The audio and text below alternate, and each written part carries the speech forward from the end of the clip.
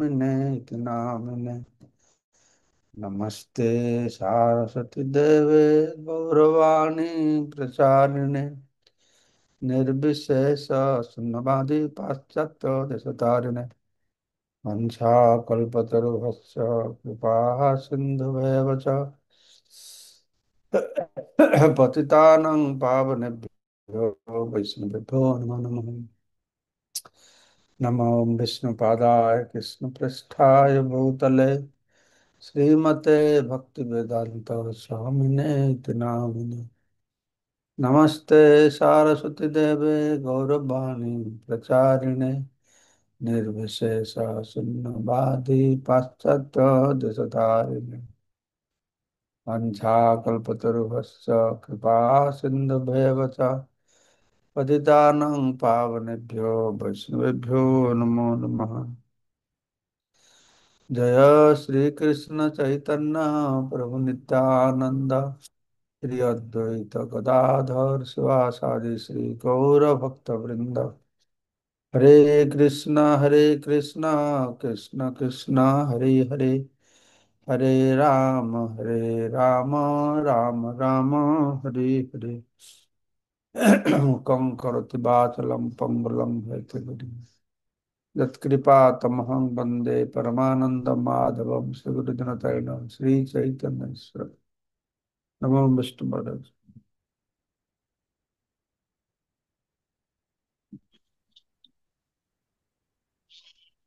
ତାମାନେ ଶ୍ରୀମଦ୍ ଭଗବତ ଗୀତା ଦଶମ ଅଧ୍ୟାୟ ବିଭୂତି ଯୋଗ ପାଠ କରି ଶ୍ରବଣ କରୁଛେ। କାଲି 29 ନମ୍ବର ଶୁଣିଲେ ଅନନ୍ତଶ୍ଚାସ୍ମି ନାଗାନାଂ ବରୁଣ ଯାଦଶାମ୍ ଅହମ୍ ପିତॄଣାମ୍ ଅର୍ଜମା ଚ ଆସ୍ମି ଯମ ସଂଯମତାମହମ୍। ଦିବ୍ୟ ନାଗମାନଙ୍କ ମଧ୍ୟରେ ମୁଁ ଅନନ୍ତ, ଜଳ ଦେବତା ମାନଙ୍କ ମଧ୍ୟରେ ମୁଁ ବରୁଣ, ପରଲୋକଗତ ପିତୃପୁରୁଷ ମାନଙ୍କ ମଧ୍ୟରେ ମୁଁ ଅର୍ଜମା, ନିୟମକୁ କାର୍ଯ୍ୟକାରୀ କରିବା ବା ଶାସନକାରୀ ଦେବତାମାନଙ୍କ ମଧ୍ୟରେ ମୁଁ ମୃତ୍ୟୁ ଦେବତା ଯମ ଅଟେ। 30 ନମ୍ବର ଶ୍ଲୋକ। ପ୍ରହ୍ଲାଦଶ୍ଚାସ୍ମି ଦୈତ୍ୟାନାଂ କାଲ କଲୟତାମ୍ ଅହମ୍ ମୃଗାନାଂ ଚ ମୃଗେନ୍ଦ୍ରାହମ୍ ବୈନତେୟଶ୍ଚ ପକ୍ଷିଣାମ୍। ଦୈତ୍ୟମାନଙ୍କ ମଧ୍ୟରେ ମୁଁ ଭକ୍ତ ପ୍ରହ୍ଲାଦ, କ୍ଷୟକାରୀ ମାନଙ୍କ ମଧ୍ୟରେ ମୁଁ କାଳ, ପଶୁମାନଙ୍କ ମଧ୍ୟରେ ମୁଁ ପଶୁରାଜ ସିଂହ ଓ ପକ୍ଷୀମାନଙ୍କ ମଧ୍ୟରେ ମୁଁ ଶ୍ରୀ ବିଷ୍ଣୁଙ୍କର ପକ୍ଷୀ ବାହନ ଗରୁଡ଼ ଅଟେ। ଦିତି ଏବଂ ଅଦିତି ଦୁଇ ଭଉଣୀ ଅଟନ୍ତି। ଅଦିତିଙ୍କର ପୁତ୍ରମାନଙ୍କୁ ଆଦିତ୍ୟ କୁହାଯାଏ, ଦିତିଙ୍କର ପୁତ୍ରମାନଙ୍କୁ ଦୈତ୍ୟ କୁହାଯାଏ। ଆଦିତ୍ୟ ମାନେ ଭଗବାନଙ୍କର ଭକ୍ତ ଅଟନ୍ତି, ଦୈତ୍ୟ ମାନେ ନାସ୍ତିକ ଅଟନ୍ତି। ଯଦିଓ ପ୍ରହ୍ଲାଦ ଦୈତ୍ୟମାନଙ୍କ ପରିବାରରେ ଜନ୍ମ ଗ୍ରହଣ କରିଥିଲେ, ତଥାପି ସେ ପିଲାଦିନରୁ ଭଗବାନଙ୍କର ବଡ଼ ଭକ୍ତ ଥିଲେ। ତାଙ୍କର ଭକ୍ତି ଏବଂ ଦେବଗୁଣ ଯୋଗୁଁ ତାଙ୍କୁ ଶ୍ରୀକୃଷ୍ଣଙ୍କର ପ୍ରତିନିଧି ରୂପରେ ବିବେଚନା କରାଯାଏ। ଏଇ ଦ୍ୱିତୀୟ କଶ୍ୟପଙ୍କର ପତ୍ନୀ ଥିଲେ। କଶ୍ୟପଙ୍କର 11 ନା 13ଟା ପତ୍ନୀ ଥିଲେ। ସେ ତ ହଉଛନ୍ତି ପ୍ରଜାପତି। ପ୍ରଜାପତି ସେମାନେ ପ୍ରଜା ବଢେଇବେ। ତାଙ୍କର ଦ୍ୱିତୀୟ ଗର୍ଭରୁ ଦୈତ୍ୟ ମାନେ ପ୍ରକଟ ହେଲେ। ଅଦିତି ଗର୍ଭରୁ ଆଦିତ୍ୟ ମାନେ ଜନ୍ମ ହେଲେ। ତାପରେ ଧନୁ ଅଛି, ଜଣେ ଦାନବ ମାନେ ଜନ୍ମ ହେଲେ। ତାପରେ ବିନତା ଜଣେ ଅଛନ୍ତି, ବିନତା ଗରୁଡ ପକ୍ଷୀ କୁଳ ଜନ୍ମ ହେଲେ। ତାପରେ ସରୀସୃପ ଜନ୍ମ ହେଲେ। ବିଭିନ୍ନ ପ୍ରକାରର ପ୍ରାଣୀ ମାନେ ବିଭିନ୍ନ ସ୍ତ୍ରୀଙ୍କ ଠାରୁ ସେମାନେ ପ୍ରକଟ ହେଲେ। ତ ଏଇ ଅଦିତି ମାନେ ଦୈତ୍ୟ, ଦୈତ୍ୟ ମାନଙ୍କ ମଧ୍ୟରେ ପରିବାରରେ ଯେ ପ୍ରହ୍ଲାଦ ମହାରାଜ, ତାଙ୍କର ମଧ୍ୟ ଭକ୍ତିର ସର୍ବ ଉତ୍କୃଷ୍ଟତା ପ୍ରଦର୍ଶିତ ହେଇଥିଲା। ସେଥିପାଇଁ ଭଗବାନ କହୁଛନ୍ତି ମୁଁ ହଉଛି ଏଇ ପ୍ରହ୍ଲାଦ, ମାନେ କୃଷ୍ଣଙ୍କର ପ୍ରତିନିଧି ରୂପରେ। ଅନେକ କ୍ଷୟକାରୀ ନୀତି ଅଛି, କିନ୍ତୁ ଏ ଭୌତିକ ବ୍ରହ୍ମାଣ୍ଡରେ କାଳ ସବୁ କିଛି କ୍ଷୟ କରି ପକାଏ। ସେଥିପାଇଁ ତାହା କୃଷ୍ଣଙ୍କର ପ୍ରତିନିଧିତ୍ୱ କରେ। ଅନେକ ରାଜା ଅଛନ୍ତି, ଅନେକ ପ୍ରକାର ଶାସକ ଅଛନ୍ତି, କେତେ କଣ କ୍ଷୟକ୍ଷତି କରୁଛନ୍ତି। ସମସ୍ତେ କ୍ଷୟ ହେଇଯିବେ ଏ କାଳର ପ୍ରଭାବରେ। କାହାର ଅଧିକାର, ପ୍ରତିଷ୍ଠା, ପ୍ରଭୁତ୍ୱ ଏସବୁ କିଛି କ୍ଷୟ ହେଇଯିବ କାଳର ପ୍ରଭାବରେ। କେତେ ବଡ ବଡ ସଭ୍ୟତାର ଉତ୍ଥାନ ହଉଛି, ପୁଣି ପତନ ହେଇଯାଉଛି। ଶକ୍ତି କାଳ ଶୈଳୀ ଦେବତା ମାନଙ୍କର ମଧ୍ୟ କାଳର ପ୍ରଭାବରେ କେହି ମୁକ୍ତ ନୁହନ୍ତି। ସତ୍ୱ ଗୁଣର ପ୍ରଭାବ ଯେତେବେଳେ ବଢୁଛି, ସେତେବେଳେ କଣ ହଉଛି ନା ଦେବତା ମାନେ, ମୁନି ଋଷି ମାନଙ୍କ ଶକ୍ତି ବଢୁଛି। ଯେତେବେଳେ ରଜଗୁଣର ପ୍ରଭାବ ବଢି ଯାଉଛି, ସେତେବେଳେ ଅ ଅସୁର ମାନଙ୍କର ପ୍ରଭାବ ବଢୁଛି। ତମ ଗୁଣ ଯେ ଭୂତ ପ୍ରେତ ମାନଙ୍କର ପ୍ରଭାବ ପଡୁଛି। ଏଇ କାଳ ଯେତେବେଳେ ଗତି କରୁଛି, କାଳର ପ୍ରଭାବ ଅନୁସାରେ ଏଗୁଡ଼ିକ ହବ। ଏଇଭଳିଆ ସମସ୍ତେ ବିନାଶ ହେବେ। ତ ସେଇଥିପାଇଁ କି କାଳ ହଉଛି ଭଗବାନଙ୍କର ପ୍ରତିନିଧି। କାଳସ୍ମି ହମ୍ ଭଗବାନ କହୁଛନ୍ତି, କାଳସ୍ମି ହମ୍। ପ୍ରାଣୀ ମାନଙ୍କ ମଧ୍ୟରେ ସିଂହ ଖୁବ୍ କ୍ଷମତାଶାଳୀ, ହିଂସ୍ର ଅଟେ।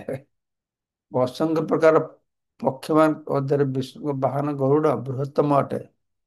ତେଣୁ ଏମାନେ କୃଷ୍ଣଙ୍କ ପ୍ରତିନିଧିତ୍ୱ କରନ୍ତି। ତ ସିଂହ, ସେ ସିଂହ ତ ଯାହା ବନର ରାଜା, ଜଙ୍ଗଲ ରାଜା, ସମସ୍ତେ ସାରା ପୃଥିବୀରେ ସିଂହକୁ ସବୁଠୁ ଶକ୍ତିଶାଳୀ ପ୍ରାଣୀ ବୋଲି ହିଂସ୍ର ପ୍ରାଣୀ। କିନ୍ତୁ ସିଏ ବି କୃଷ୍ଣଙ୍କ ପ୍ରତିନିଧିତ୍ୱ କରୁଛି। ଯେ ହିଂସ୍ର ନୁହଁ, କୃଷ୍ଣଙ୍କୁ ପ୍ରତିନିଧିତ୍ୱ କରୁଥିବା କେତେ ଭଲ ଭଲ ଲୋକଙ୍କ କଥା ଶୁଣିଲେ। ଖରାପ ଯେ ସେ ବି କୃଷ୍ଣଙ୍କୁ ପ୍ରତିନିଧିତ୍ୱ କରୁଛି। ଭଗବାନ କହୁଛନ୍ତି ନା, ଭଲ ମନ୍ଦ ସବୁ ମୋଠୁ ଆସିଛି। ଆଉ ପକ୍ଷୀ ମାନଙ୍କ ଭିତରେ ଗରୁଡ଼ ବାହନ, ବିଷ୍ଣୁଙ୍କର ବାହନ ଗରୁଡ଼। ପବନଃ ପବତାମ୍ ଅସ୍ମି, ରାମଃ ଶତ୍ରୁଭୃତାମ୍ ଅହମ୍, ଶଶାନଂ ମକରଶ୍ଚାସ୍ମି, ସ୍ରୋତ ସାମ୍ ଅସ୍ମି ଜାହ୍ନବୀ। ପବିତ୍ରକାରୀ ଉପାଦାନଙ୍କ ମଧ୍ୟରେ ମୁଁ ହଉଛି ପବନ। ପବନ ସମସ୍ତଙ୍କୁ ପବିତ୍ର କରେ। ଶସ୍ତ୍ରଧାରୀଙ୍କ ମଧ୍ୟରେ ମୁଁ ହଉଛି ରାମ। ମତ୍ସ୍ୟ ମାନଙ୍କ ମଧ୍ୟରେ ମୁଁ ହଉଛି ମକର।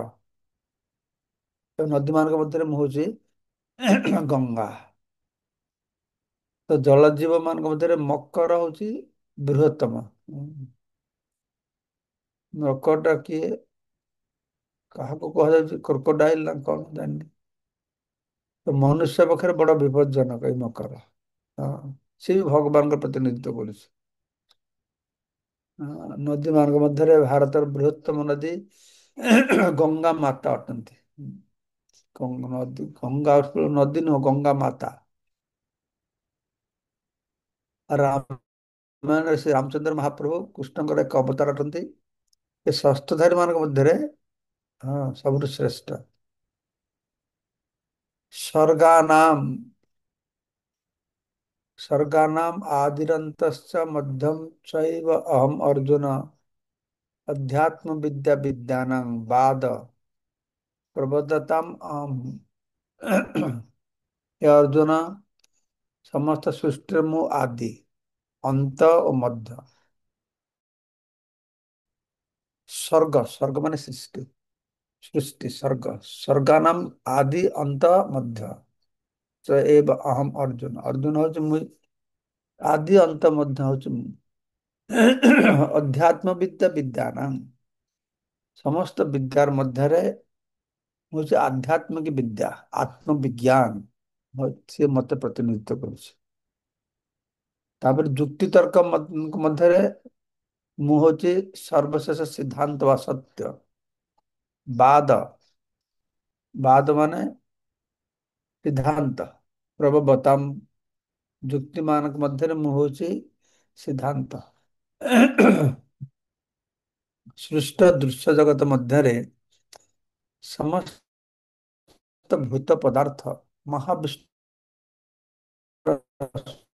ସୃଷ୍ଟ ହୁଅନ୍ତି ଏବଂ ଦ୍ୱିତୀୟ ସୃଷ୍ଟିକର୍ତ୍ତା, ଉପସୃଷ୍ଟିକର୍ତ୍ତା। ସେଥିପାଇଁ ସୃଷ୍ଟି ସମ୍ପର୍କରେ ସର୍ଗ ବିସର୍ଗ ଦୁଇଟା ଶବ୍ଦ ବ୍ୟବହାର କରାହଉଛି। सर्ग अत्र सर्ग विसर्ग स्थान पोषण मुतय ମନ୍ୱନ୍ତର ଈଶାନ କଥା ନିରୋଧ ମୁକ୍ତି ଆଶ୍ରୟ এই 10ଟି ବିଷୟ ଭାଗବତ ବର୍ଣ୍ଣନା କରାଯାଇଛି। ଦଶମ ଲକ୍ଷଣ ବିଶିଷ୍ଟ ଶ୍ରୀମଦ୍ ଭାଗବତମ। ସ୍ୱର୍ଗ ମାନେ ସୃଷ୍ଟି, ବିସର୍ଗ ମାନେ ଉପସୃଷ୍ଟି। ତ ସୃଷ୍ଟି ମାନେ ସମସ୍ତ ଉପାଦାନ ଗୁଡିକ ମହାବିଷ୍ଣୁଙ୍କ ଦ୍ୱାରା ପ୍ରକାଶିତ ହୁଏ। ତାଙ୍କ ଦୃଷ୍ଟି ଦ୍ୱାରା ସୂକ୍ଷ୍ମ ପ୍ରକୃତି କ୍ଷୋଭିତ ହୁଏ। ତାପରେ ସମସ୍ତ ଜଡ଼ ଉପାଦାନ ଗୁলো ପ୍ରକାଶିତ ହୁଏ। ତାପରେ ଜଡ଼ ଉପାଦାନ ଗୁলো ପ୍ରକାଶିତ ହେବା ପରେ ସେମାନେ ବିଚ୍ଛିନ୍ନ ଭାବେ ବୁଲନ୍ତି। ତା ମଧ୍ୟରେ ଭଗବାନ କାଳ ରୂପରେ ପ୍ରବେଶ କରନ୍ତି। କାଳ ଆଉ କାଳୀ, ମହାକାଳ, ମହାଦେବ ମହାକାଳ। ତାପରେ ସେମାନେ ଏକତ୍ରିତ ହେଇକି ଏଇ ଜଗତର ବିଭିନ୍ନ ରୂପ ତାଙ୍କୁ ପ୍ରଦାନ କରାହୁଏ। ତ এই ସବୁ ଯେ ସୃଷ୍ଟି ସ୍ତୁତି ପ୍ରଳୟ ସୃଷ୍ଟି ସବୁ ସୃଷ୍ଟ ବସ୍ତୁ ମାନେ ଭଗବାନଙ୍କର ଭୌତିକ ଗୁଣର ବିଭିନ୍ନ ଅବତାର ଅଟନ୍ତି। ତେଣୁ ସେ ହିଁ ସମସ୍ତ ସୃଷ୍ଟିର ଆଦି ମଧ୍ୟ ଅନ୍ତ। ବ୍ରହ୍ମା ସୃଷ୍ଟି କଲେ ବା ବିଷ୍ଣୁ ସୃଷ୍ଟି କଲେ, ବିଷ୍ଣୁ ପାଳନ କଲେ, ଶିବ ସଂହାର କଲେ, ସବୁ କିଛି ପଛରେ ଭଗବାନ କୃଷ୍ଣ। ତୁମେ ସର୍ବେଶ୍ୱରେଶ୍ୱର ବ୍ରଜେନ୍ଦ୍ର କୁମାର, তোমার ଇଚ୍ଛା ବିଶ୍ୱର ସମ୍ଭାର। ତାଙ୍କ ଇଚ୍ଛାରେ ଅନନ୍ତ କୋଟି ବ୍ରହ୍ମାଣ୍ଡକର ସୃଷ୍ଟି ହଉଛି, ପାଳନ ହଉଛି ଆଉ ସଂହାର ହଉଛି। ଆଧ୍ୟାତ୍ମ ବିଦ୍ୟା ସମ୍ବନ୍ଧରେ ଅନେକ ସାହିତ୍ୟ ଅଛି। ଚାରି ବେଦ, ବେଦାନ୍ତ ସୂତ୍ର, ପୁରାଣ, ଭାଗବତମ, ଭଗବତ ଗୀତା, ଏଇସବୁ ଭଗବାନ କୃଷ୍ଣଙ୍କର ପ୍ରତିନିଧି। ଆଉ ଯୁକ୍ତିତର୍କ ମଧ୍ୟରେ ବିଭିନ୍ନ ସ୍ତରର ଯୁକ୍ତି ଅଛି। ସାକ୍ଷ୍ୟ ପ୍ରଦାନକୁ ଯୁକ୍ତି କୁହାଯାଏ। ପରସ୍ପରକୁ ପରାଜିତ କରିବାର ଚେଷ୍ଟାକୁ ବିତଣ୍ଡା କୁହାଯାଏ। ଶେଷ ସିଦ୍ଧାନ୍ତକୁ ବାଦ କୁହାଯାଏ। ଶେଷ ସିଦ୍ଧାନ୍ତ ସତ୍ୟ, ସମସ୍ତ ଯୁକ୍ତିର ଶେଷ ହଉଛନ୍ତି ଶ୍ରୀକୃଷ୍ଣ। ଏଠି ପ୍ରଭୁପାଦ କହିଲେ ସାକ୍ଷ୍ୟ ମାନେ କି ସାକ୍ଷୀ ଦେବା ହେଇଥିବ, ସାକ୍ଷ୍ୟ ପ୍ରଦାନ କରି ଏଇଟା ଯୁକ୍ତି। ପରସ୍ପର ପରାଜିତ କରିବାକୁ ଚେଷ୍ଟା କରୁଛନ୍ତି, ସେ ୟାକୁ ପରାଜିତ କରୁଛନ୍ତି, ଏଇଟା ବିତଣ୍ଡା ଯୁକ୍ତି, ଏଟା ବିତଣ୍ଡା। ଆଉ ଶେଷ ସିଦ୍ଧାନ୍ତ ହଉଛି ବାଦ।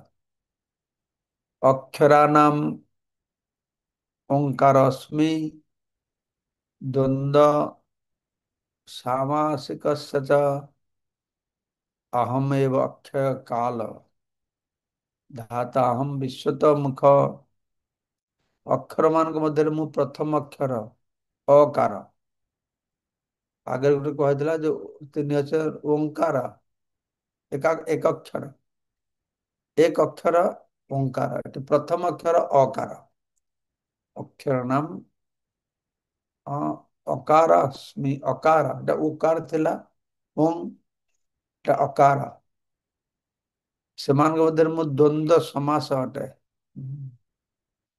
ଦ୍ୱନ୍ଦ୍ୱ ସମାସିକସ୍ୟ ଚ, ବ୍ୟାକରଣରେ ରହିଛି। ତା ଦ୍ୱନ୍ଦ୍ୱ ସମାସ, ସମାସ ପଢନ୍ତି ସେମାନେ ବୁଝିବେ।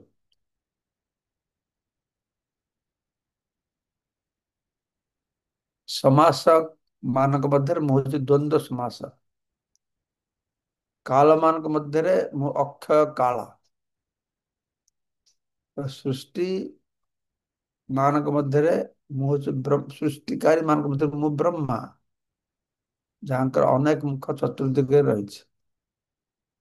ଅକ୍ଷରାଣମ୍ ଅକାରସ୍ମି ଦ୍ୱନ୍ଦ୍ୱ ସମାସିକସ୍ୟ ଚ ଅହମ୍ ଏବ ଅକ୍ଷୟ କାଳ।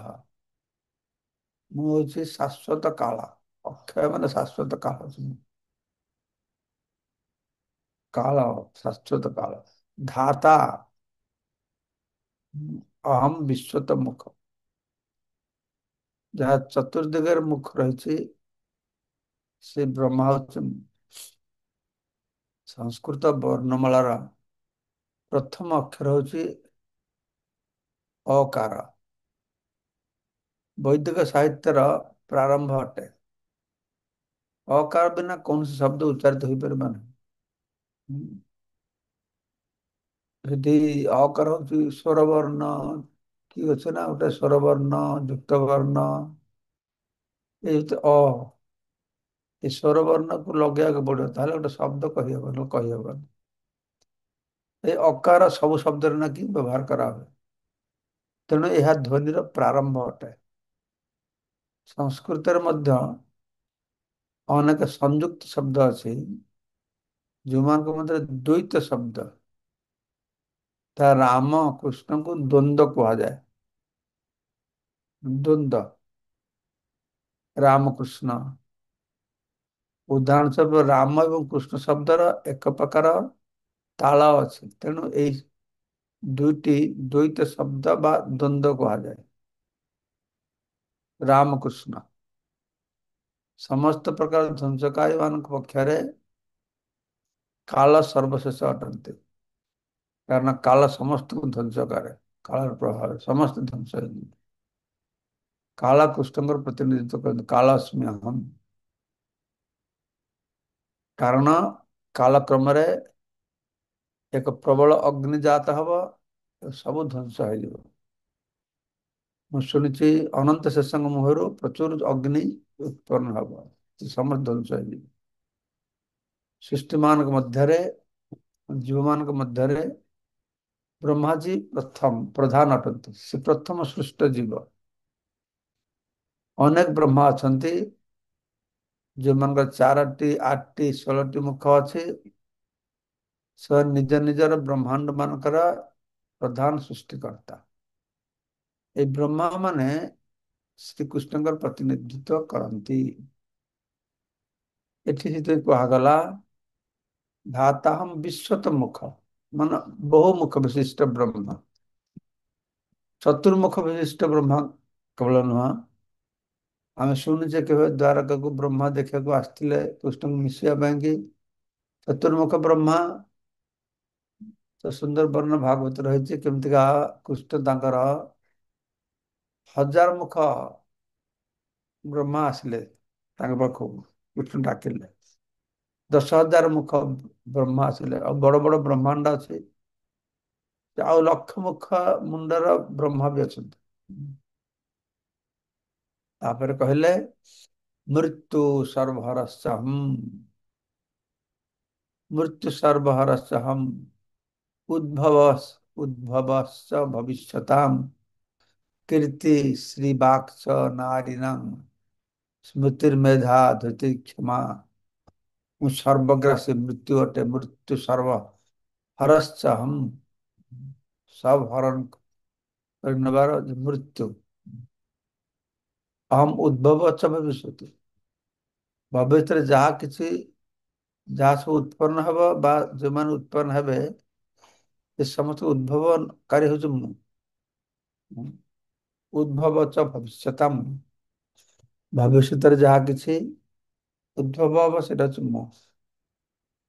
ଏବଂ ସ୍ତ୍ରୀ ମାନଙ୍କର କୀର୍ତ୍ତି ମାନେ ଯଶ, ଶ୍ରୀ ବାକ୍ ସୁନ୍ଦର ବାଣୀ, ଆଉ ସ୍ମୃତି ବୁଦ୍ଧି ବିଶ୍ୱାସ ଧୈର୍ଯ୍ୟ, ଏସବୁ ହଉଛି ଭଗବାନ କୃଷ୍ଣଙ୍କର ପ୍ରତିନିଧିତ୍ୱ କରେ। ସ୍ତ୍ରୀ ମାନଙ୍କ ମଧ୍ୟରେ ମୁଁ କୀର୍ତ୍ତି, ଶ୍ରୀ, ବାଣୀ, ସ୍ମୃତି, ବୁଦ୍ଧି, ବିଶ୍ୱାସ, ଧୈର୍ଯ୍ୟ, ଆଉ ଗୋଟେ ଅଛି କ୍ଷମା, ସେଟା ସହନଶୀଳତା। ଭିତରେ ଧୈର୍ଯ୍ୟ, ଏଟା ସହନଶୀଳତା।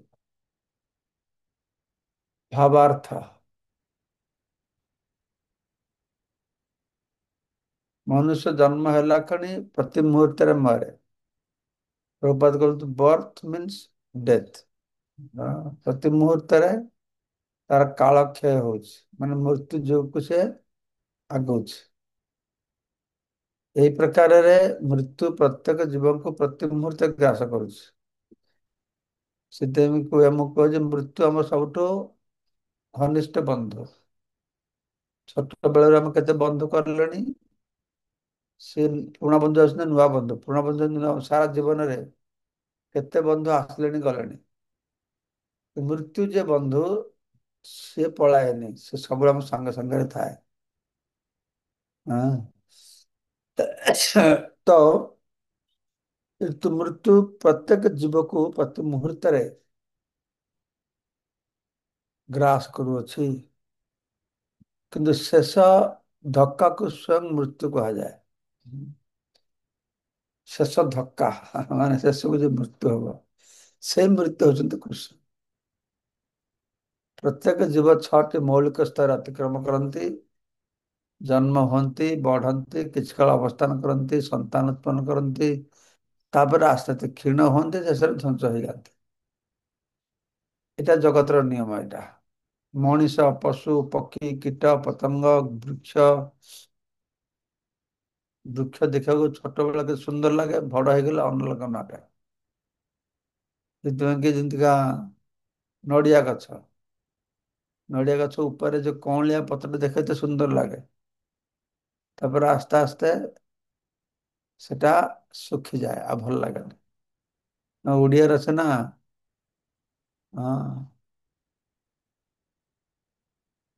ତଳ ପତର, ତଳ ବରଡା ଖସୁଛି, ଉପର ବରଡା ହସୁଛି, ମଝି ବରଡା କହୁଛି ମୋ ବେଳ କାଳ ଆସୁଛି। ବରଡା ମାନେ ଜାଣିଛ, ଏ ଏଇ ଯେ ନଡ଼ିଆ ଗଛ ପତ୍ର ବା ତାଳ ଗଛ ପତ୍ରକୁ ବରଡା କୁହାଯାଏ। ତଳ ବରଡା ଖସୁଛି, ତାଳ ଗଛରେ ଏ, ନିଚେ ତଳେ ଯୋଉ ବରଡା ଗୁଡା ଥାଏ ପତ୍ର ଖସିବାକୁ ଆରମ୍ଭ କରେ, ଉପର ଗୁଡା ଦେଖିବାକୁ ସୁନ୍ଦର ହସୁଛି, ଆଉ ମଝି ବରଡା କହୁଛି ମୋ ବେଳ କାଳ ଆସୁଛି। ହଁ, ଏହା ସମସ୍ତଙ୍କୁ ଏଇ କାଳର ପ୍ରଭାବରେ ଗତି କରିବାକୁ ପଡିବ। ମୃତ୍ୟୁ ତ ଏ ଶ୍ଲୋକରେ ବର୍ଣ୍ଣିତ ହେଉଥିବା କୀର୍ତ୍ତି, ଶ୍ରୀ, ବାଣୀ, ସ୍ମୃତି, ବୁଦ୍ଧି, ବିଶ୍ୱାସ, ଧୈର୍ଯ୍ୟ ଆଦି ଷଢ଼ ଐଶ୍ୱର୍ଯ୍ୟକୁ ସ୍ତ୍ରୀଲିଙ୍ଗ ବୋଲି ବିବେଚନା କରାଯାଏ। ଯକ୍ତି ବ୍ୟକ୍ତି ଏ ସମସ୍ତ ଐଶ୍ୱର୍ଯ୍ୟ ଅଧିକାରୀ ହୁଏ, ବା ଏଥିମଧ୍ୟରୁ କେତେକର ଅଧିକାରୀ ହୋଇପାରିବ, କିଛି, ସବୁ ନହେଲେ ବି କିଛି, ତେବେ ସେ ଗୌରବମୟ ହୋଇଯାଏ। ତାର କୀର୍ତ୍ତି, ଶ୍ରୀ, ବାଣୀ, ସ୍ମୃତି, ବୁଦ୍ଧି। ଯଦି ବ୍ୟକ୍ତି ନିଜର ନୀତିନିଷ୍ଠତା ଆଧାରରେ ପ୍ରସିଦ୍ଧି ଲାଭ କରେ, ତାହା ବ୍ୟକ୍ତିକୁ ଗୌରବାନ୍ୱିତ କରିଥାଏ। ସଂସ୍କୃତ ଏକ ଉତ୍ତମ ଭାଷା, ସେଥିପାଇଁ ଏହାର ଗୌରବ ବଜାୟ ରହିଛି। ଯଦି ଅଧ୍ୟୟନ ପରେ ଜଣେ ପଠିତ ବିଷୟବସ୍ତୁକୁ ସଠିକ ସଠିକ ମନେ ରଖିପାରେ, ତେବେ ସେ ଜଣେ ଉନ୍ନତ ସ୍ମୃତି ଶକ୍ତି ଯୁକ୍ତ ବ୍ୟକ୍ତି ସହ ପରିଣତ ହୁଏ। ବିଭିନ୍ନ ବିଷୟରେ ବହୁ ସଂଖ୍ୟକ ପୁସ୍ତକ ଅଧ୍ୟୟନ କରିବା କୌଣସି ବଡ କଥା ନୁହେଁ। ସେଗୁଡ଼ିକୁ ସଠିକ ବୁଝିବା ଓ ଆବଶ୍ୟକତାରେ ଉପଯୋଗ କରିବା, ସେଇଟା ହଉଛି ବୁଦ୍ଧିମତାର କାମ। ଏଇଟା ହଉଛି ଗୋଟେ ଐଶ୍ୱର୍ଯ୍ୟ। ବିଚଳିତତାକୁ ଅତିକ୍ରମ କରିଯିବା ପରେ ଗୁଣ ହଉଛି ଧୈର୍ଯ୍ୟ। ବିଚଳିତ ହଉନି, ଧୈର୍ଯ୍ୟ ଧର, ଧୈର୍ଯ୍ୟ ଧର, ସୁବୁର କର ମାନେ ଧୈର୍ଯ୍ୟ ଧର। ତ ପରିଶେଷରେ ଜଣେ ସମ୍ପୂର୍ଣ୍ଣ ଶିକ୍ଷିତ ହୋଇଥିଲେ ମଧ୍ୟ ସେ ଯଦି ନିଜର ଭଦ୍ରତା ଓ ନମ୍ରତା ଗୁଣକୁ ଉଭୟ ଦୁଃଖ ଆନନ୍ଦ ସମୟରେ ସନ୍ତୁଳିତ ରଖିପାରେ, ତେବେ ସେଇ ଧୈର୍ଯ୍ୟ ହଉଛି ତାର ଏକ ମୂଲ୍ୟବାନ ଐଶ୍ୱର୍ଯ୍ୟ।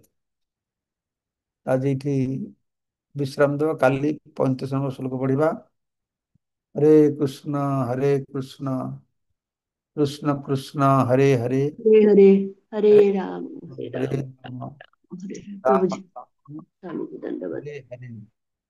তো এখন আমরা চৈতন্য চরিতামৃত থেকে পাঠ করে শ্রবণ করব।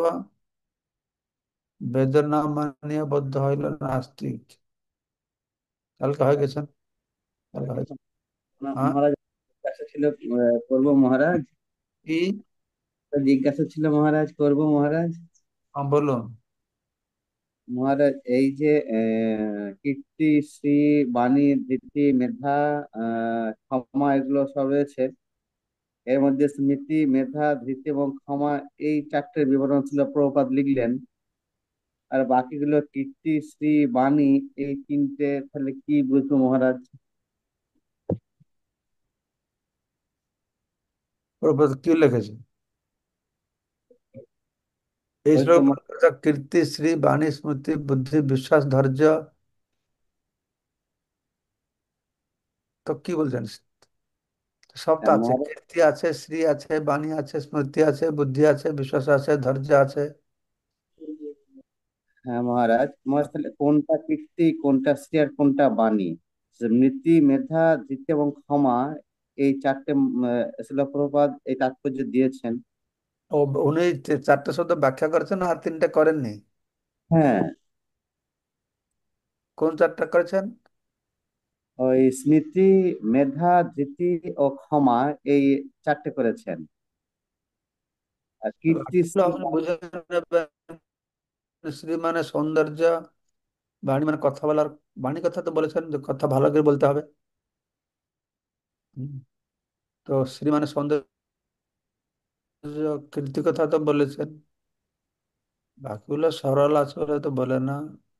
যেরকম এখানে বলা হয়েছে না, যে সম্পূর্ণ ভদ্র নম্র ভাবে কথাবার্তা করতে হবে, দুঃখ সুখ সময়ে ধৈর্য ধরে থাকতে হবে, এইভাবে আর কি।